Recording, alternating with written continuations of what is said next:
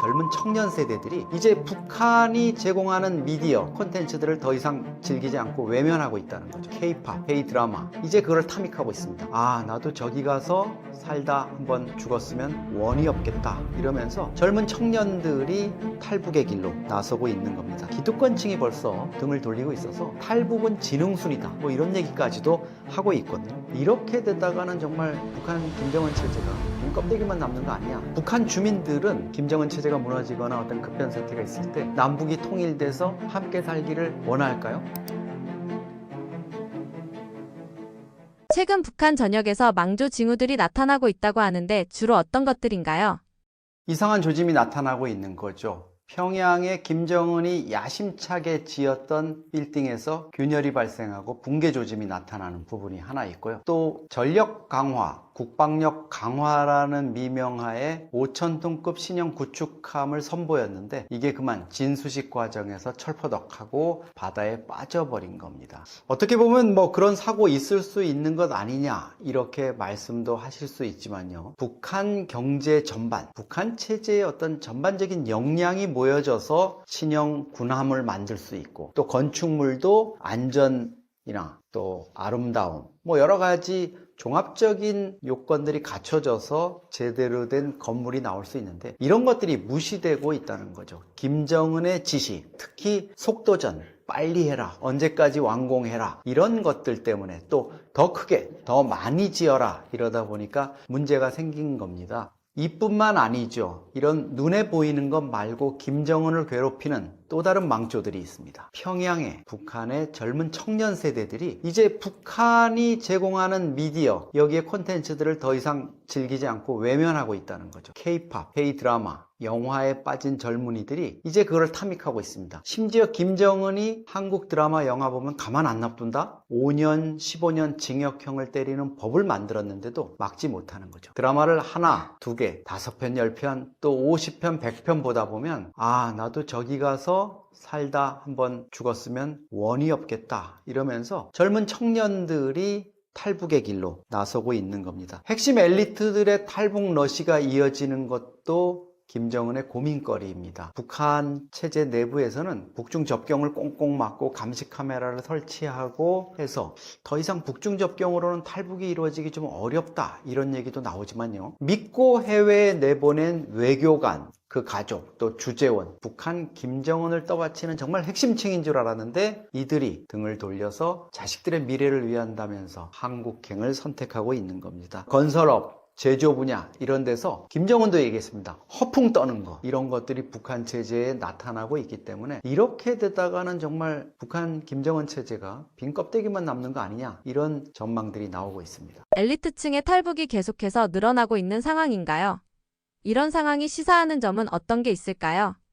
그렇습니다. 과거 같으면 일반 탈북민들이나 또 생활고, 경제난, 식량난 때문에 북중 접경을 넘어서 처음에는 탈북하겠다는 마음보다는 배고픔이라도 좀 면해보자. 굶주리는 우리 식구 내가 며칠 일해서 식량 마련해서 돌아가면 되지. 이렇게 나왔다가 돌아가지 못하게 되거나 아니면 한국의 발전상이나 이런 거에 눈 떠서 먼저 탈북을 하고 북한 가족을 데려오고 이런 것들이 전형적인 패턴이었고요. 한때는 그 인원이 연간 3,000명이 넘었었습니다. 근데 지금은 연간 국내 입국하는 인원이 100명 미만으로요. 코로나 이후에 북중 접경 지역의 경계가 강화되고 특히 북한의 경계 강화뿐만 아니라 중국이 이제 북한 사람들이 자국 영토로 넘어오지 않게 철저히 감시를 하다 보니까 탈북 루트가 이제는 좀 막힌 상황입니다. 그런데 이와 반대로 핵심 엘리트 탈북 늘고 있습니다. 외교관이나 또 특권층이 있는 사람들, 상사 주재원, 해외 노동자로 나갈 수 있는 거 있지 않습니까? 북한의 뭐 여성들이 해외 식당 종업원으로 나가는 거 이것도 간단치 않습니다. 꽤 많은 뇌물을 줘야 되고요. 집안에 그래도 뭐 성분이 괜찮다고 보증을 서야 내보낼 수 있는 거죠. 근데 이들이 해외에 나와서 집단적으로 한국으로 망명하거나 아니면 가족들과 함께 탈북을 결행하고 있습니다. 믿었던 북한 체제를 떠받치는 핵심 세력이었다고 생각한 사람들이 김정은 체제를 등지고 체제 이반의 길로 나서고 있는 거죠. 이런 위기 상황 속에서 김정은은 어떤 방식으로 대응하고 있나요? 사실 현재로서는 김정은이 이런 문제점들을 근본적으로 해결할 수 있는 뾰족한 대책은 없어 보여요. 그러니까 조선중앙TV라든가 노동신문 이런 것들을 통해서 관영 선전 매체를 동원한 선전선동 그리고 세뇌 이런 것들을 계속하는 거죠. 북한이 이런 부분은 워낙 지난 80년 동안 해왔기 때문에 그 노하우라든가 이런 거 뭐 대단하죠. 그런 것들에 기대서 가지만 북한 주민들이 이제 점점 외부 정보를 접하고 외부 세계에 눈 뜨는 것들이 많아지기 때문에 일단은 김정은으로서는 이런 부분이 아마 가장 신경이 쓰일 겁니다. 그러다 보니까 반동사상 문화배격법 같은 법적인 가혹한 처벌을 통해 가지고 하는 방법, 그리고 탈북자들을 강제 북송시키거나 이들을 정치범으로 몰아서 특히 한국의 선교사를 만나서 기독교에 자신들 말로 오염이 됐다고 생각하거나 아니면 한국의 정보기관에 매수가 됐다고 판단되거나 이런 사람들을 가혹하게 처벌하고 그 가족까지도 정치범에 준하는 다시는 사회로 복원할 수 없는 이런 쪽으로 내몰고 있는 거죠. 또 하나는 이제 북한 체제 붕괴 위기를 모면하기 위해서 김정은이 선택한 게 결국은 푸틴의 바짓가랑이를 잡는 거였습니다. 북러 밀착,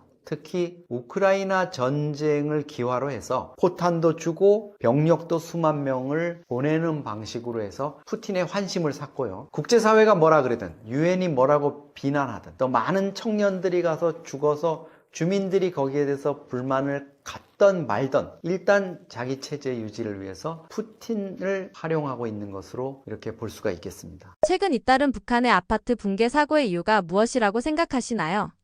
기본적으로 북한 건축의 안전 기준이 우리가 볼 때는 터무니없습니다. 그러니까 만약에 북한 체제가 붕괴돼서 우리가 흡수 통일을 하는 형태가 온다면 평양뿐만 아니라 북한 지방도시의 건물들 대부분 다시 지어야 한다는 거죠. 여러분들 같으면 평양에 아무리 좋은 고층 아파트가 있다고 해도 거기 가서 살으라면 사실 수가 있겠습니까? 김정은 정권 초기인 2014년에 평양 중심 그래도 좀 산다는 사람들이 있는 평천구역이라는 곳에서 23층 아파트가 무너져 내렸어요. 그래서 수백 명이 죽었는데 왜 이렇게 많은 사상자가 났느냐? 이 아파트가 북한의 권력기관인 보안부, 그러니까 경찰의 고위 간부들 가족들이 사는 아파트인데 그들을 위해서 새로 번듯하게 지었지만 북한의 건축이 얼마나 허술한가를 아실 수 있을 겁니다. 북한이 공개한 영상만 봐도요, 철근을 제대로 쓰지 않거나 또 자갈이나 이런 것들을 잘게 해서 콘크리트, 레미콘으로 부어 넣어야 되는데 이만한 호박돌이 막 철근 사이로 들어가는 이런 장면들도 보이고 있거든요. 철근과 시멘트 이런 자재들을 빼돌려 가지고 처형됐다, 숙청됐다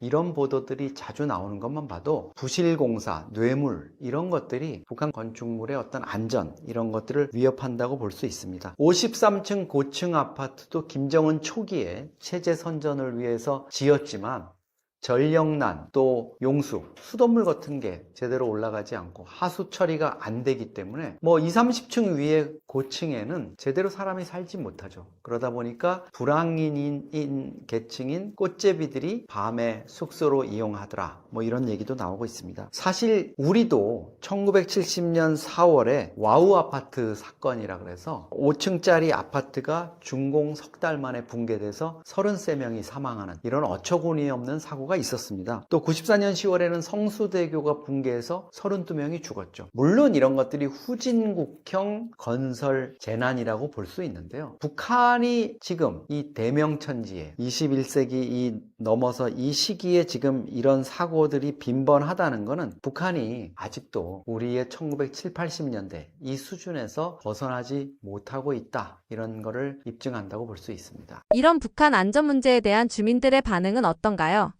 주민들은 사실 고위층을 중심으로 해서 이런 실상에 대해서 너무나 잘 알고 있다 그래요. 그래서 김정은이 아무리 선물 주택으로 이런 걸 주고 이런다 그래도 정말 핵심 계층들은 여기 가지 않습니다. 그러다 보니까 건설, 도로공 이런 사람들 아니면 청소하는 환경미화원 이런 분들께 이제 영웅이다, 공을 세웠다, 모범이다 이래서 집을 입사증이라 그래서 이제 집을 배정해 주는 거죠. 그분들은 어떻게든 가서 살겠죠. 근데 정말 북한의 핵심 계층, 예를 들어서 북한의 간판급 아나운서, 김정은의 보도만 전담으로 하는 이춘희 아나운서 같은 경우에 이 전망 좋고 높은 아파트에 들어가서 사나요? 아니죠. 이춘희나 북한의 정말 핵심 계층들, 김정은이 챙겨야 되는 사람들은 대동강변에 2, 3층으로 빌라 형태로 낮게 지은 콘도 형태의 집을 배정하고 있습니다. 또 김정은이 직접 그 집에 가서 생활상을 이렇게 살펴보고 또 이춘희가 이렇게 고마워하는 이런 모습들, 이런 것들을 이제 선전을 하고 있는 거죠. 북한의 이런 그 선전과 달리 실제 북한 주민들, 핵심층들은 이 내막을 너무나 잘 알고 있습니다. 주민들은 사실 약간 안전 불감증인 것 같아요. 이런 문제가 있는 걸 알면서도 그냥 들어가서 사는 거죠. 뭐 어쩔 수 없이. 그리고 북한이 워낙 폭압적인 통제라든가 정보 통제를 하기 때문에 2014년 평창구역 아파트 붕괴 사고 같은 경우에도 오히려 북한은 이걸 역으로 막 선전을 했어요. 김정은 지시로 경찰 간부들, 인민보안성 간부들을 모아놓고 주민들한테 미안하다고 이렇게 사과하는 이런 장면을 연출해서 아, 우리 지도자는 인민들이 죽으면 이렇게 인정도 하고 사과도 하는구나. 이전과 다르다. 뭐 이런 식으로 했는데요. 그때 그 장면도 사실 말이 안 되는 게 가족들을 잃은 그 유족들을 며칠 만에, 그것도 아파트가 붕괴돼가지고 시신도 미처 꺼내지 못했는데 그 가족들을 그 붕괴된 장소에 모아놓고 집결시켜가지고 사과를 하는 이런 쇼를 했거든요. 북한 체제에 대한 불만은 분명히 주민들이 가지고 있을 텐데 북한 체제의 어떤 그냥 강력한 통제 이런 것 때문에 아직은 그런 것들이 공개적으로 표출되지는 못하고 있는 것 같습니다. 현재 북한 내에서 김정은에 대한 충성도는 어느 정도인가요?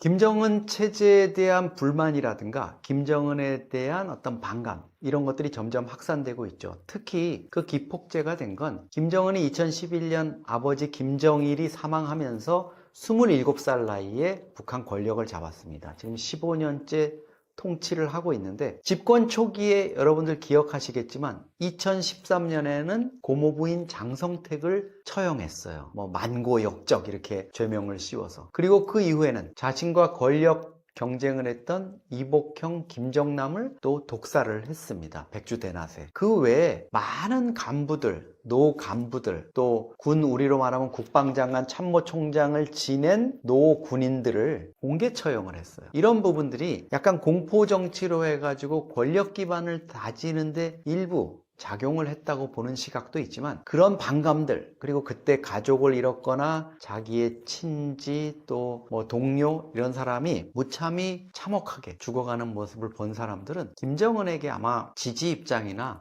이런 것들을 밝히기는 어려울 것 같습니다. 우선 탈북 엘리트들 뭐 이런 분들의 얘기만 들어봐도 핵심층부터 지금 흔들리고 있는 기득권층이 벌써 등을 돌리고 있어서 탈북은 지능순이다 뭐 이런 얘기까지도 하고 있거든요. 일반인들은 사실 대부분 생계형이거나 경제형 이런 부분이 있는데요. 엘리트들 같은 경우에는 조금 다른 것 같아요. 우리 아이만이라도 이 지긋지긋한 체제에서 키울 수는 없다. 이래서 해외에 나와서 주재관 생활 또 외교 공간에서 생활하던 그 틈을 타서 평양으로 소환 명령을 받으면 대개 가족을 동반해서 탈북하는 경우가 많습니다. 물론 이것도 평양에 가족을 인질로 자식을 인질로 두거나 이러지 않은 경우에 선택할 수 있고요. 그런 인질이라든가 이런 부분에서 예외일 수 있는 핵심층, 북한에서 정말 엘리트 중에 엘리트라고 할 수 있는 집안 좋은 사람들이 탈북하는 이유도 여기에 있습니다. 나머지 이제 안타까운 건 상당수의 북한 대중들이 어릴 때부터 북한이 강요해온 어떤 세뇌라든가 이런 때문에 북한 체제가 뭐가 잘못됐는지 이런 것들에 대한 인식을 할 수 없는 거. 외부 정보에 접할 기회가 없는 많은 사람들은 그런 상황에서 살아갈 수밖에 없고요. 다만 이제 변화에 민감한 신세대들은 오징어 게임이나 사랑의 불시착 이런 한국 드라마 특히 시리즈물들을 보면서 처음에는 한국의 선전선동이고 거짓말인 줄 알지만 드라마를 보면서 느낄 거 아닙니까? 아, 이런 세상이 있구나. 우리가 들어왔던 남조선, 대한민국과는 너무 다르다. 저기 한번 가서 살고 싶다. 이렇게 한다고 지금 한국에 와 있는 많은 젊은 탈북자들이 그런 부분들을 얘기하고 있습니다. 한국이 과거에는 반대, 또 적대, 저주의 국가였다면 이제는 선망의 대상으로 자리하고 있는 겁니다. 북한의 모든 주민들이 마음만 먹으면 대한민국의 콘텐츠를 볼 수 있는 상황인가요? 기술의 발전으로 접근성이 좋아진 건가요? 그렇습니다. 북한 컨텐츠 자체가 북한 예를 들어 청소년들이 마음 먹고 내가 보겠다 이러면은 얼마든지 접할 수 있을 정도로 광범위하게 퍼져 있죠. 특히 북중 접경 지역이나 이런 것들. 과거에 제가 이제 아주 젊은 시절, 북한 연구를 처음 하던 시절에는 비디오 테이프 시대 아닙니까? 그러면 이거는 반입하기가 정말 어려웠을 거예요. USB만 해도 뭐 단속에 걸릴 위험이 있지만 그래도 숨길 수 있었는데, 이제는 마이크로 SD를 통해 가지고 북한으로 반입이 될 수 있는 이런 단계고요. 처음에는 이제 이불을 뒤집어 쓰고 몰래 친한 친구가 건네준 걸로 보다가 점점 뜻맞는 친구들, 또 최신 프로그램 이런 것들을 통해 가지고 보고 있고, 되게 이제 미니 시리즈 뭐 16부작, 20부작 이렇게 되지 않습니까? 탈북 청년들, 청소년들이 공통적으로 하는 얘기가 안 볼 수 없게 만들었대요, 한국 드라마를. 전편을 보고 나면 그 다음 게, 우리는 그냥 넷플릭스나 이런 걸로 쭉 정주행하면 되지만 거기는 어쨌든 파일이 담긴 게 이제 들어와야 되잖아요.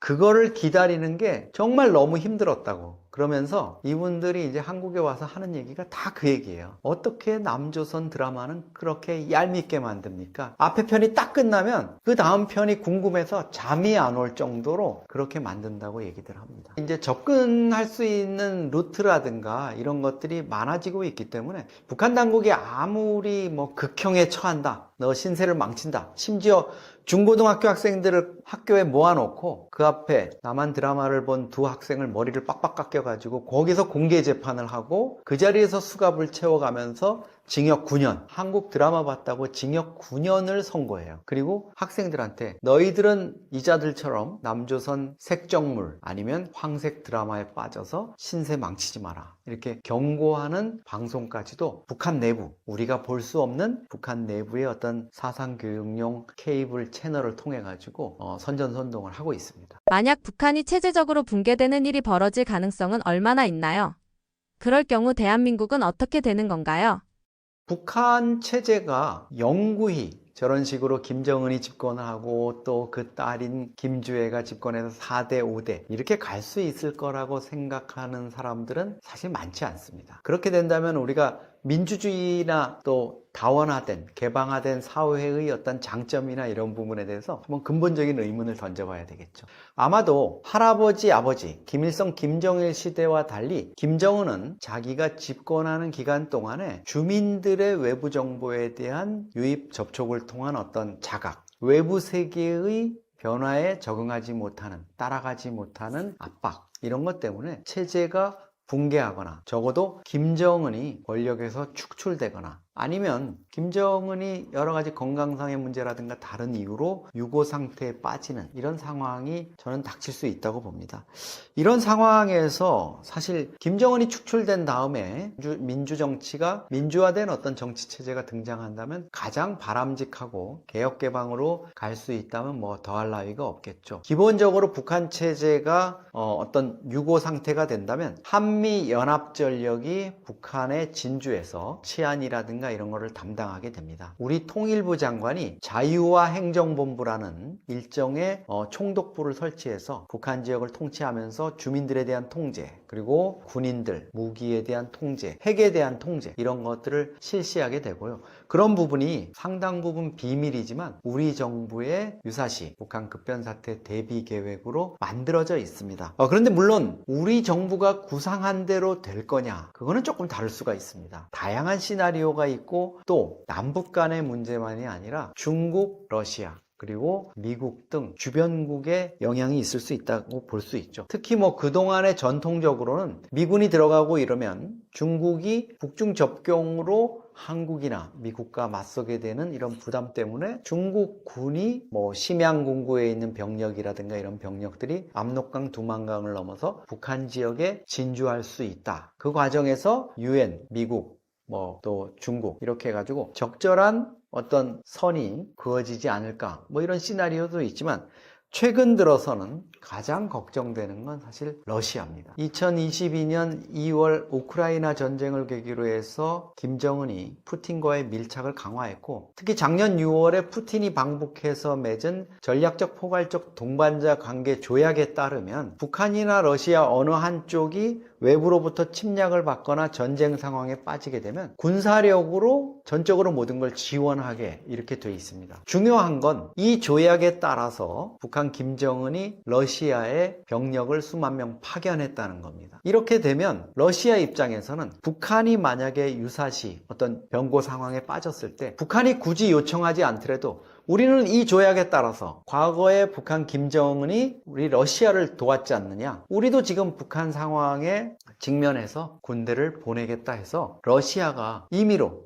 자기들의 판단에 따라서 한반도에 주둔하는, 이렇게 될 경우에 중국과 러시아 또 한미 연합전력 이렇게 돼서 매우 복잡한 상황으로 이 상황이 전개될 수 있다, 이런 문제들이 있어서 저는 개인적으로 이 부분이 좀 최근에는 많이 걱정이 됩니다. 북한 주민들은 대한민국에 통합하고 싶어 할까요?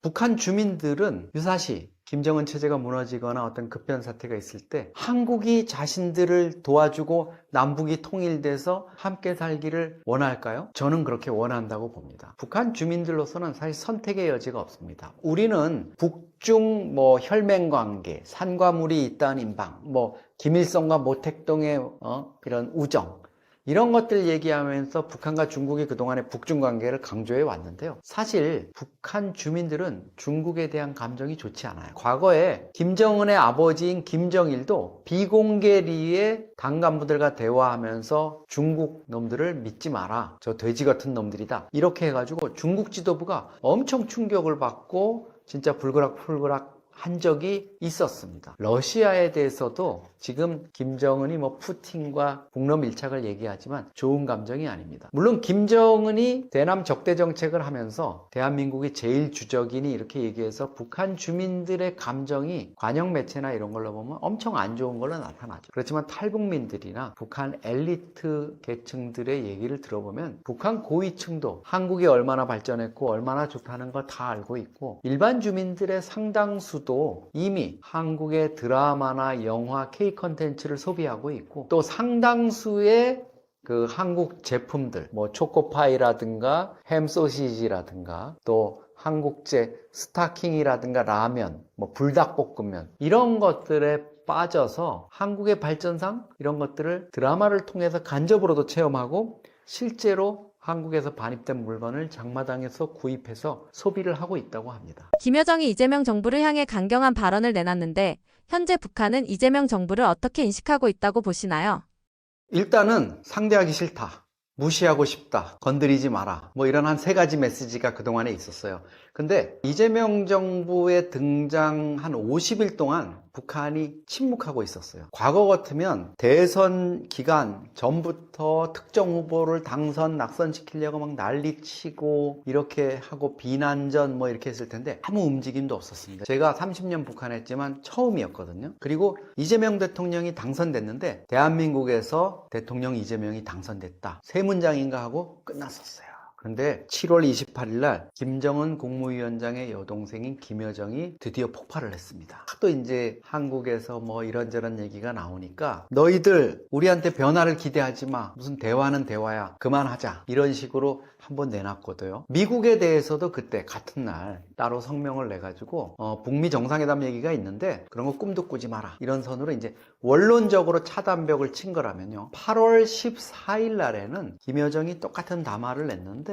조금 더 이제 구체적으로 들어갔습니다. 여기에 보면 최근에 우리가 무슨 전방에서 약간 대북 유화 조치 이런 거 취한 거에 대해서 자기네들은 확성기를 철거한 적도 없다든가, 또 한미 합동 군사 연습을 약간 우리가 북한을 고려해가지고 이재명 정부가 좀 수위 조절한 거에 대해서도 야, 그거 원래 너희가 했던 거 당연히 그거 좀 레벨을 낮춰야지, 그거 그렇게 했다고 무슨 평가받을 일이 못 되는 헛수고다, 이런 식으로 이제 얘기를 했습니다. 기본적으로 보면 김여정의 메시지에는 2가지가 깔려 있습니다. 하나는 우리 아직 너희들하고 얘기할 준비가 안 됐어, 우크라이나 전쟁도 있고 트럼프하고도 지금 어떻게 해야 될지 모르고 이러는데 너희 남조선 서울하고 아직 얘기할 정도 우리가 겨를이 없어, 이런 게 있고요. 또 하나는 진짜 싫다, 야, 싫다 그러는데 왜 자꾸 우리한테 뭘 잘해주겠다고 그러고 쉽게 말하면 이제 남녀가 데이트하는데 자꾸 싫다는데 막 꽃다발도 보내고 뭐 케이크도 보내고 반지도 보내고 이래서 아 정말 싫다니까 이렇게 얘기를 하는 거죠. 근데 이제 이재명 정부 입장에서는 이 부분을 그래도 저렇게 싫다 그러는 게 정말 싫은 건 아닐 거야. 우리가 조금 더 진심을 다하면 대화 또 앞으로의 교류 이런 거에 나올 거고 좋은 관계로 갈 수 있을 거야. 이렇게 이제 가고 있는 거죠. 이게 이제 북한에서는 보면은 자꾸 이제 너무 나를 스토킹한다 이런 식으로 받아들이는 거고 우리 쪽에서는 조금 더 이제 진정성 있게 우리가 접근을 하면 결국은 북한의 어떤 태도 변화가 있을 것 아니냐 이런 얘기를 이제 할 수가 있겠죠. 당연히 북한도 저는 끝까지 무슨 남북 대화를 안 하고 이런 거는 아닌 것 같아요. 그렇지만 지금 상태에서는 자기네들이 그동안의 어떤 쌓인 감정이라든가 한국 정부에 대해서 가졌던 어떤 적대감이라든가 이런 거를 좀 조정하려면 시간이 필요하다는 이런 사인을 보내고 있는 것 같습니다. 이재명 정부 출범 이후 벌써 2차례 북한 남성의 귀순이 발생했는데 이러한 귀순 사례들이 남북 관계에 어떤 영향을 줄 것으로 예상하시나요? 공교롭게도 휴전선을 정면으로 돌파하는 이런 그 귀순 사건이 사실 아주 드물게 있는 일인데 그것도 이제 민간인 남성들, 군인들도 아니고 이렇게 막 넘어오는 이런 일들이 있었습니다. 7월 3일 날 중서부전선 MDL을 통과해서 넘어온 게 있었고요. 또 7월 31일에는 한강 중립수역으로 헤엄쳐서 이제 넘어온 거예요. 그래서 야간에 이제 식별을 해가지고 한 10시간 동안 우리가 추적을 해가지고 7월 31일 날 그 이튿날 연안 전투정이 이제 출동해서 구조를 했습니다. 이게 결코 흔한 일이 아닙니다. 이게 몇 년에 한 번 있을까 말까 한 일인데 7월에 두 건이 나타났고 이재명 정부가 출범한 뒤에 이제 이렇게 나타났다는 점에서 북한은 이거 뭐 대책을 세워야 되는 거 아니야? 이렇게 얘기를 할 수 있을 겁니다. 물론 이거는 무슨 이재명 정부가 출범했으니까 한국으로 갈 테야 이런 건 아니고 공교롭게도 이제 잇따라 이런 사건이 발생을 한 것 같습니다. 근데 북한 입장에서는 지금 이런 부분들의 어떤 파장이라든가 또 후속적인 어떤 연쇄 탈북 이런 것들을 막기 위해서 아마 공을 많이 들일 겁니다. 특히 지난해부터 대남 적대 정책을 편 다음에 철조망도 좀 개보수하고 콘크리트 장벽도 쌓고 심지어 지뢰지대를 늘려가는 더 매설하는 이런 모습도 보였기 때문에 휴전선을 통한 탈북을 막기 위해서 좀 아마 차단벽을 칠 거고요. 해안을 통해서 선박을 이용해 가지고 오는 경우도 발생을 했었기 때문에 이 부분을 좀 막아갈 거라고 생각합니다. 이런 기순 사례들이 남북 관계에 어떤 그 좀 영향을 미칠 수 있는 부분들 넘어오는 것 자체 이분들이 또 귀순 의사가 있는 것 자체는 남북 관계에 뭐 약간 부정적인 영향은 미칠 수 있겠지만 큰 파장은 오히려 없을 수 있습니다. 그런데 지난번처럼 동해에서 서해에서 북한 어부들이 표류해서 2명, 4명 해가지고 6명이 왔었죠. 북한으로 우리가 보내겠다고 얘기하는데도 북한이 자기네 주민들인데도 안 받아들여요. 왜? 쉽게 말하면 너희하고 대남 적대 관계 이제 끊겠다 그랬는데 우리 주민이 거기 표류한 거 가지고 자꾸 우리한테 말 걸고 말 섞어서 뭔가 해보려고 그러는 거 아니야 하고 아예 입을 닫고 있죠. 그러니까 우리가 그냥 할 수 없이 북한 주민들이 타고 온 배 한 척 수리해가지고 북한으로 보내는 이런 정도로 이제 했고 심지어 강화도 쪽으로 내려온 시신 항구가 있었는데 확인해 보니까 북한 주민이라서 우리가 보내겠다고 이렇게 얘기를 했는데 끝내 받지 않아서 그분은 그냥 무연고 처리를 해가지고 화장을 해서 지금 우리 탈북민 또 북한 주민 무연고 납골당에 이렇게 안치를 한 걸로 이렇게 알고 있습니다. 이런 것들이 이제 남북 관계의 어떤 근본적인 뭐 악화를 가져온다, 긍정적이다 이런 거라기보다는 남북 관계가 지금 어느 상황인지를 우리가 좀 가늠해 볼 수 있는 거고요. 북한이 만약에 이재명 정부와의 대화라든가 아니면 교류에 물꼬를 트려고 마음 먹는 어떤 터닝 포인트가 만들어진다면 그때 가서는 이런 부분들에 대한 어떤 협의나 또 송환 이런 것들이 지금보다는 더 원활하게 이루어질 수 있을 것이다 이렇게 생각을 합니다. 최근 북한이 대남 확성기를 철거하기 시작했다는 보도가 있었는데 이는 이재명 정부의 대북 확성기 철거 조치에 대한 호응으로 볼 수 있을까요? 사실 대남 대북 확성기 철거와 관련한 이런 논란들이 지금 이재명 정부 또 북한 김정은 체제의 어떤 남북 관계 돌파구 마련, 여기에서 어떤 시금석이 될 수 있을 것 같아요. 근데 지금까지로 보면은 조금 좀 불안한 구석이 있습니다. 상황은 이렇습니다. 이재명 정부가 먼저 선제적인 조치로, 대북 유화 조치로 대북 전단을 민간단체들이 뿌려오던 것을 중단을 시켰고요. 우리 군이 북한 장병들이나 이쪽을 향해 가지고 방송하던 심리전 대북 방송을 중단했습니다. 스피커도 다 확성기도 철거를 했어요. 그런데 북한이 확성기를 철거하는 움직임이 있는 걸로 우리 군 당국이 이제 발표를 했어요. 그래서 여러 가지 좀 북한이 우리 조치에 이거 호응하는 거네? 좋은 움직임이야? 긍정적인 움직임이야? 이렇게 됐고, 심지어 이재명 대통령이 국무회의에서 우리가 한 거에 대해서 북한이 이렇게 호응해 온 거 이거 좋은 징조다 이렇게까지 얘기를 했거든요. 그런데 왜 김여정은 8월 14일 담화를 통해 가지고 최전방 지역에서 대남 방송용 확성기를 철거한 적도 없고 그럴 의향도 없다고 얘기했을까요? 아마도 우리 정부가 자꾸 북한의 어떤 조치를 긍정적으로 해석해 가지고 우리 국민들한테 북한이 마치 이재명 정부의 대북 정책에 대해서 호응해 오는 것처럼 알리는 거에 대해서 좀 불만이나 부담을 느꼈던 것 같아요. 근데 이 부분은 실제로 우리 군이 조금 좀 성급했던 점도 있는 것 같아요. 북한이 전방 지역에 초대형 스피커를 여러 개 묶어서 설치한 대남 확성용 스피커를 한 40군데 정도 만들어 놓고 있습니다. 그런데 그 중에서 2개 정도를 철거했다가 1개는 또 복원을 시켰어요, 최근에. 이거는 사실 북한이 우리가 스피커 없애니까 저쪽도 확성기 스피커 없앴다, 이렇게 해석하기에는 조금 무리가 있죠. 오히려 2개 정도 뭔가 이렇게 빼내가지고 정비를 해서 다시 갖다 놓은 거 아닐까? 이렇게 볼 수도 있거든요. 유지 개보수 뭐 이런 차원에서. 그렇기 때문에 아마 김여정이 그런 부분에 대해서 너무 우리가 좀 앞서 나가니까 일종의 좀 경고 메시지, 제발 좀 너희들 먼저 그렇게 떠들지 말았으면 좋겠어, 이런 메시지를 보낸 것 같습니다. 김정은은 이재명 정부를 이전 문재인 정부와 비교할 때 어떤 차이점이나 태도의 변화를 느끼고 있을까요? 김여정 담화에 보면 민주나 보수나 다 똑같다 이런 얘기를 합니다. 역대 한국의 정부가 북한에 대해서 북한 체제를 붕괴시키려고 했고 대적 의식을 갖고 있었고 한 번도 진심으로 화해협력을 추진한 적이 없었다, 이렇게 얘기를 하고 있거든요. 이거는 그동안 보수 정부, 윤석열 정부라든가 이명박 정부, 박근혜 정부뿐만 아니라 문재인 정부나 이재명 정부까지도 믿지 못하겠다, 이런 얘기일 수가 있거든요.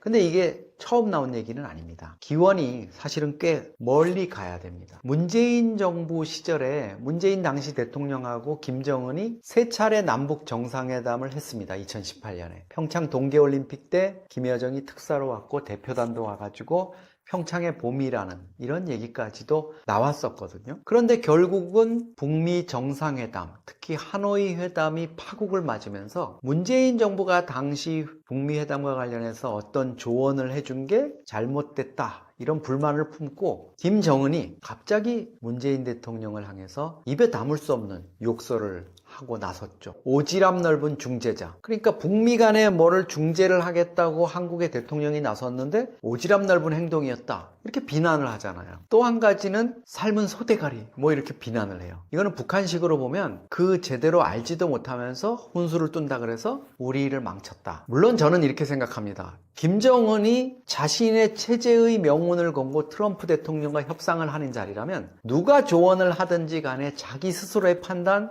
북한 내부의 어떤 분석 전략 이런 걸 가지고 A안 B안 가지고 가서 임했어야죠. 근데 뭐 문재인 대통령이 조언을 잘했건 잘못했건 그거를 핑계로 대가지고 우리한테 비난을 퍼붓는다? 그건 사실 말이 되지 않는 것 같아요. 다만 한 가지 제가 아쉬운 거는 문재인 대통령에 대해서 김정은이 그런 불만을 표시했다면 당연히 그 당시에 내막이 어떤 건지는 모르지만 문재인 대통령과 그 대북 참모들이 어떻게 해서 이게 잘못됐다는 거를 윤석열 정부한테도 얘기를 해주고, 그때 뭐 보수 정부에서 그게 싫었다면 지금 이재명 정부한테는 그 내막을 얘기해 줘야 된다고 생각해요. 쉽게 말하면 김정은이 왜 삐져가지고 저렇게 난리를 치는지 그 이유를 설명해 줘야 이재명 정부도 이제 어디서부터 풀어가야 될지를 알 거 아닙니까?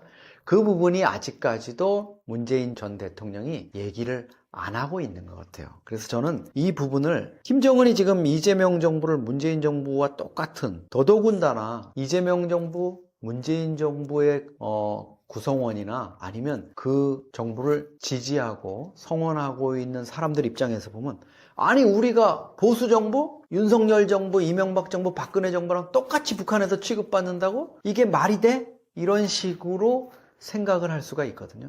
이 부분에 대해서는 좀 반드시 풀어줄 필요가 있고, 거기에서 남북관계의 어떤 개선, 이런 부분을 거기서부터 이제 출발하는 게 맞다고 생각해요. 이재명 정부도 뭐 윤석열 정부에 와서 마치 문재인 정부까지 잘 되던 게 윤석열 정부에 와가지고 뭐가 문제가 생겨서 악화됐으니까 이제 문재인 정부 때 하듯이 다시 우리 민주당식의 대북 유화책을 하면 북한도 바뀔 거야, 호응해 올 거야. 이거는 좀 아닌 것 같아요.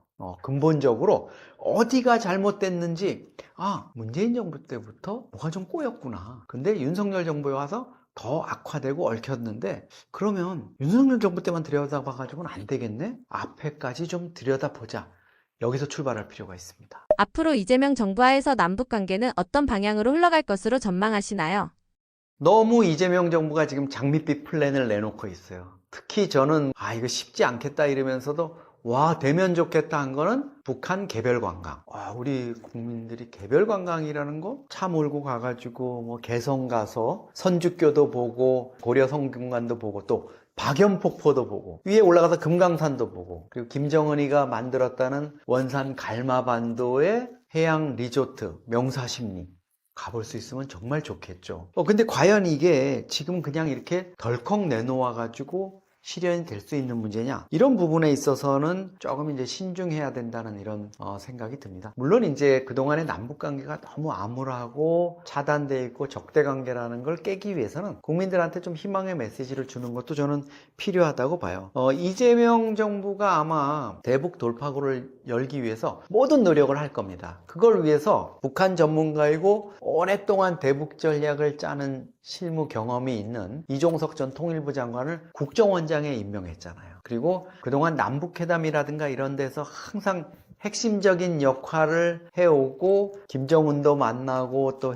모든 회담에 들어가 봤던 천혜성 전 통일부 차관을 국정원장 특보에 임명을 했습니다. 이거는 이종석 국정원장이 선봉에 쓰고 또 남북관계 굴착 전문가인 천혜성 특보가 그 뒤를 이어가면서 뭔가 공식 비공식적인, 특히 물밑 접촉, 대북 접촉을 통해 가지고 해보라는 아마 이재명 대통령의 미션이 있었을 겁니다. 그리고 정동영 장관 같은 경우에는 20년 전에 통일부 장관을 하다가 이번에 다시 통일부 장관으로 이제 복귀를 했는데요. 좀 전향적인 이런 정책들을 내놓아 가지고 걱정되는 점도 많이 있지만, 어쨌든 본인이 과거에 2005년에 개성공단을 첫 가동하는 그런 짜릿한 경험을 했던 이런 게 있어서 좀 중견 정치인, 원로 정치인이죠. 그 정치력이라든가 열정을 가지고 좀 돌파를 해보겠다는 이런 게 있어서 그런 부분도 아마 좀 국정원이 하고 있는 비공개 노력하고 좀 시너지를 이룰 수 있지 않을까 이렇게 생각을 합니다.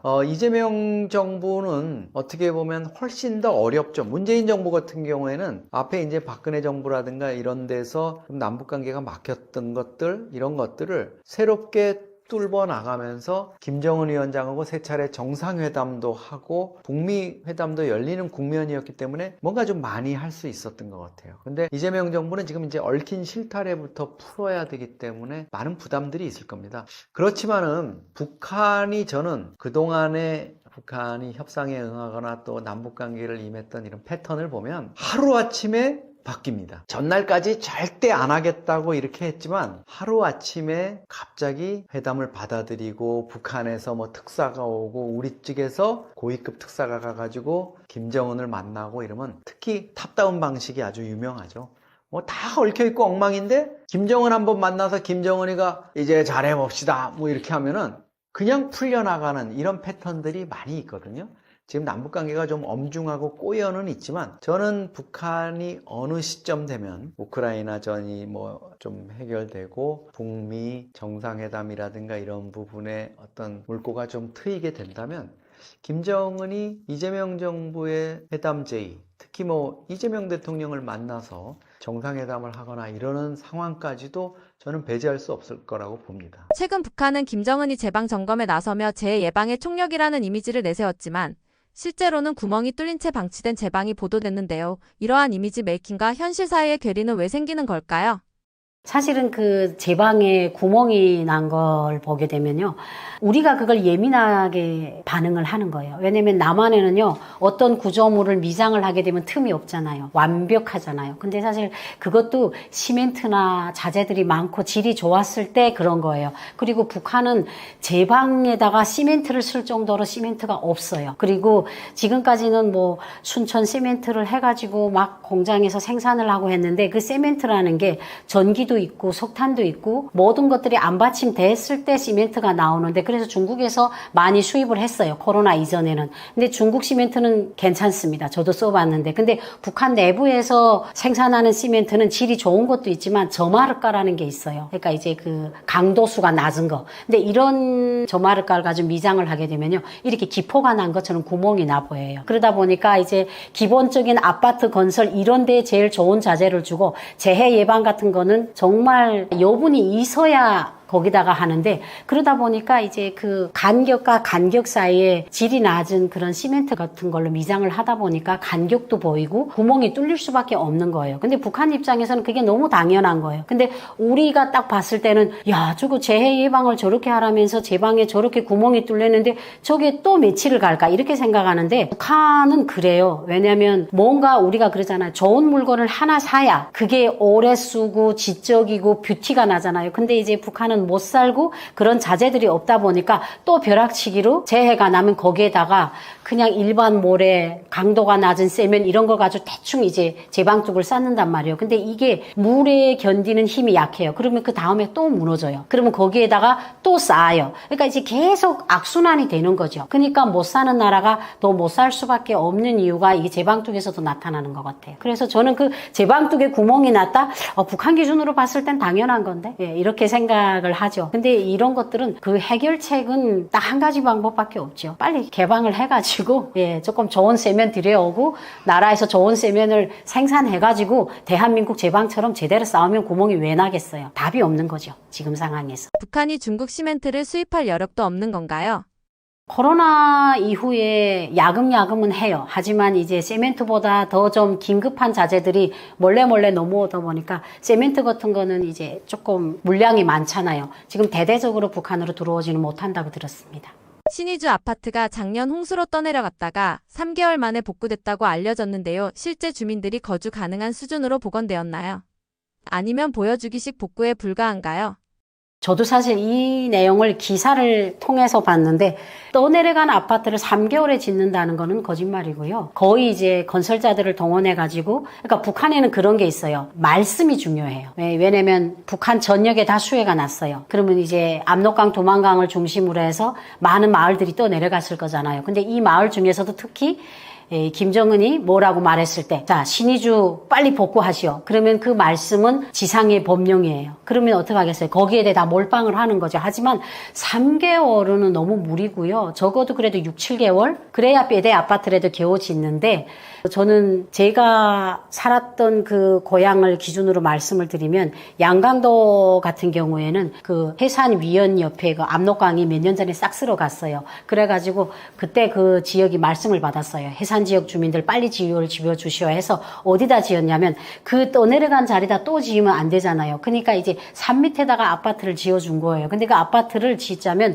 블로커가 있어야 되는데 그 세멘트 블로커가 없으니까 토피를 지은 거예요. 진흙으로 만든 브로커를 지었는데 산 밑에다가 짓다 보니까 상하수도가 전혀 안 되고 거기에 그냥 산 밑에다가 아파트를 지어만 놓고 뼈대 아파트가 지은 거예요. 그래서 주민들이 차라리 물에 떠내려가도 우리는 강 아래다 지어달라 이렇게 막 항의를 했다는 그런 소식을 들었거든요. 그러니까 3개월 만에 복구됐다는 거는 거의 불가능하고 그 말씀이기 때문에 그게 또 우리가 38로스나 이런 데서 이렇게 다 찍잖아요. 그러니까 이제 6개월, 7개월 만에 복구된 걸 알고 있어요. 그런데 거기에 거의 전기가 들어가지 못했고 또 이제 신의주 쪽 같은 거는 북한, 중국 단둥에서 다이렉트로 보인단 말이에요. 그래서 그쪽에다가 무조건 수령님이 교시로 우리가 좋은 아파트에서 밝게 산다 해가지고 전기를 일시적으로 투입을 했대요. 근데 이제 그게 전기라는 게 24시간 한국처럼 오는 게 아니라 보여주기 식으로 저녁마다 몇 분씩 보낸 것마저도 요즘에는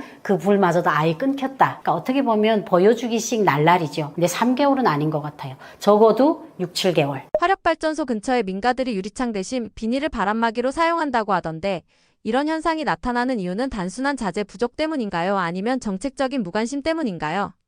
북한 개인 집에 유리를 비닐방막을 사용하는 거는 그냥 평범한 거예요. 당연한 거예요. 예, 물론 뭐 유리를 많이 기우는 집들도 있죠. 그러니까 이게 그런 거예요.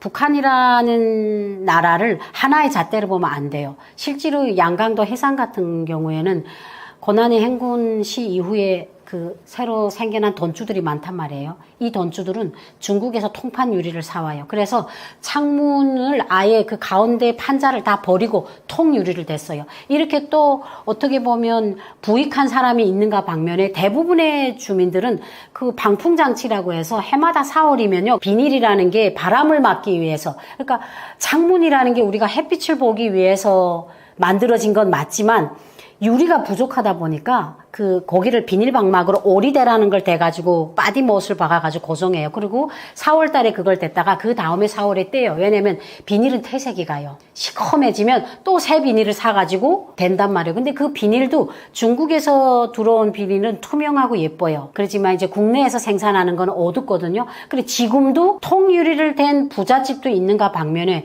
이렇게 거의 대부분의 집들에서는 아직도 창문을 비닐방막을 많이 대고 있어요. 그러니까 저는 이게 단순한 자재 부족이죠. 누가 햇빛을 유리로 받으려고 생각을 안 하겠어요. 그러니까 비닐방막을 대게 되면 일단은 햇빛도 제대로 전달이 안 되고 집 안에 또 습기도 차고 하는데 없으니까 자재 부족이니까 사람들 자체가 그 유리 창문으로 해가지고 통바람이 들어오는 걸 막아야 되잖아요. 그러다 보니까 자재가 없으니까 유리가 없기 때문에 당연히 비닐방막을 대고 있는 거예요. 정책적인 무관심? 이 말도 이제는 저는 안 어울린다고 생각을 하는 게 이제는 북한 주민들 자체가 나라에서 주민들한테 관심을 해준다 이 생각은 꿈도 안 꿔요. 그러니까 일단 아파트 같은 것도 지어주면요. 배대 아파트라도 지어줘도 속으로는 아우 다행이다고 생각해요. 왜냐하면 이게 1년, 2년 안에 정부가 관심을 안 하면 반항감이 있지만 이제는 1990년도부터 이제 30년이에요. 30년 동안 주민들이 자급자족을 해서 살았기 때문에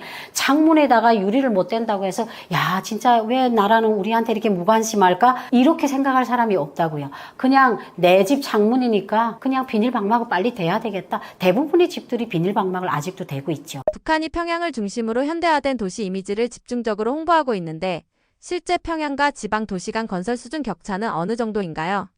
그렇죠. 평양은 혁명의 또 수도고 최근에 이제 그 유튜브를 보니까 그 몇 개월 전에도 이제 외국인들이 가서 이렇게 찍은 사진들이 있는데 평양도 조금 갈리는 것 같아요. 기본 중심지랑 외곽이랑 다 다르긴 한데 평양에는 그렇게 비닐방막을 댈 정도는 아니에요. 그래도 평양은 유리를 대는 거죠. 유리를 대고 그리고 북한은요 모든 게 2024년에 통일부 자료를 보니까 평양시 인구가 318만 명이더라고요. 그러니까 그 정도로 이제 북한 인구가 2,500이라고 하는데 실질은 2,000만도 안 된다는 얘기도 있어요. 그러면 얼마나 많은 사람들이 평양에서 살고 있어요. 근데 그 평양과 지방 차이가 왜 나냐면요. 평양에는 평양시 건설을 위해서 주둔해 있는 건설 노력만 해도 거의 30만 명이에요. 뭐 군인들도 있을 수 있고 속도전 돌격대도 있고 그러니까 이런 사람들이 평양에서 집중적으로 건설을 하고 또 좋은 자재들이나 이런 것들은 또 평양에 집중이 돼요. 그렇기 때문에 이제 평양과 지방 건설 차이는 하늘과 땅이죠. 비교하면 안 되죠. 그래서 항상 저희는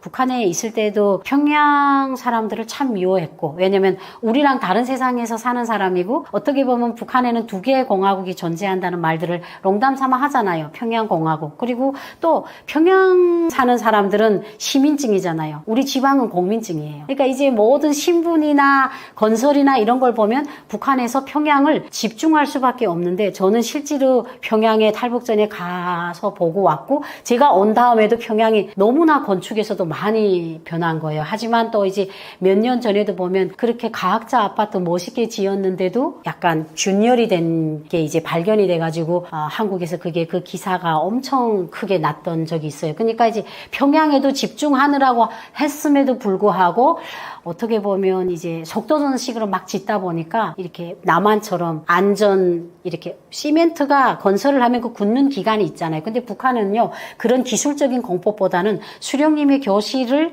간철해서 하루빨리 아파트를 짓는데 초점을 맞추다 보니까 평양시에도 그렇게 겉은 화려하게 지었는데 얼마 안 된 아파트가 이렇게 균열이 간 것들이 기사로 나온 걸 봤어요. 그럼에도 불구하고 지방하고 비교는 안 된다는 거죠. 평양의 수준이 많이 높고 또 이제 평양의 모든 자재가 좋은 자재들이 몰빵을 하는 거죠. 평양 주민과 그렇지 않은 사람들의 비율이 어떻게 되나요? 318만 명이니까 북한이 인구를 2,500만으로 2,500이 안 된다고 하니까 10분의 1보다 더 많죠. 그만큼 좀 많은 사람들이 살고 있고 그리고 이제는 예전에는요 제가 있을 때만 해도 2000년도 그때만 해도요 평양에 돈만 있으면 태거를 붙였어요. 근데 지금은요 거의 특별한 경우를 제외하고는 평양에 가서 지방 사람이 태거를 붙이기가 하늘의 별 따기예요. 그만큼 평양도 북한도 이제 평양에 태거를 붙일 수 있는 높이를 높인 거죠. 그러니까 그만큼 인구도 많고, 예, 그렇기 때문에 평양에서 산다는 게 참. 저는 남한에 와서 평양 사람을 더 많이 봤어요. 사실 지방에서는 평양 사람 보기가 힘들거든요. 그리고 그렇지만 한국에 오니까 그래도 평양에 살다가 온 분들이 여럿 돼서 이게 북한에서 살 때보다 참 자주 본다 이런 아이러니한 상황도 생기더라고요. 그럼에도 불구하고 탈북을 하는 평양 시민분들이 많은 건가요? 그럼에도 불구하고 탈북을 했다는 게 평양에서 살다가 다이렉트로 탈북을 한 사람들은 거의 드물고요. 평양에서 살다가 지방에 왔다가 탈북을 하거나 평양에 살다가 해외로 파견이 됐다가 들어오는 사람들이 많지 평양에 살다가 이제 오신 분은 몇 안 되는 걸로 알고 있어요. 평양에서 살다가 지방으로 왔다가 오는 경우들이 좀 있더라고요. 네, 오늘 저희 지루하고 재미없는 이야기 끝까지 들어주셔서 감사하고요. 저는 또 먹여주는 TV에 아마 몇 번째 출연을 했었던 것 같아요. 근데 이제 제 영상뿐 아니라 다른 영상을 보니까 다방면으로 정말 유익한 영상들이 정말 많았습니다. 주변에도 널리 알리시고 좋아요, 댓글 부탁드립니다. 감사합니다.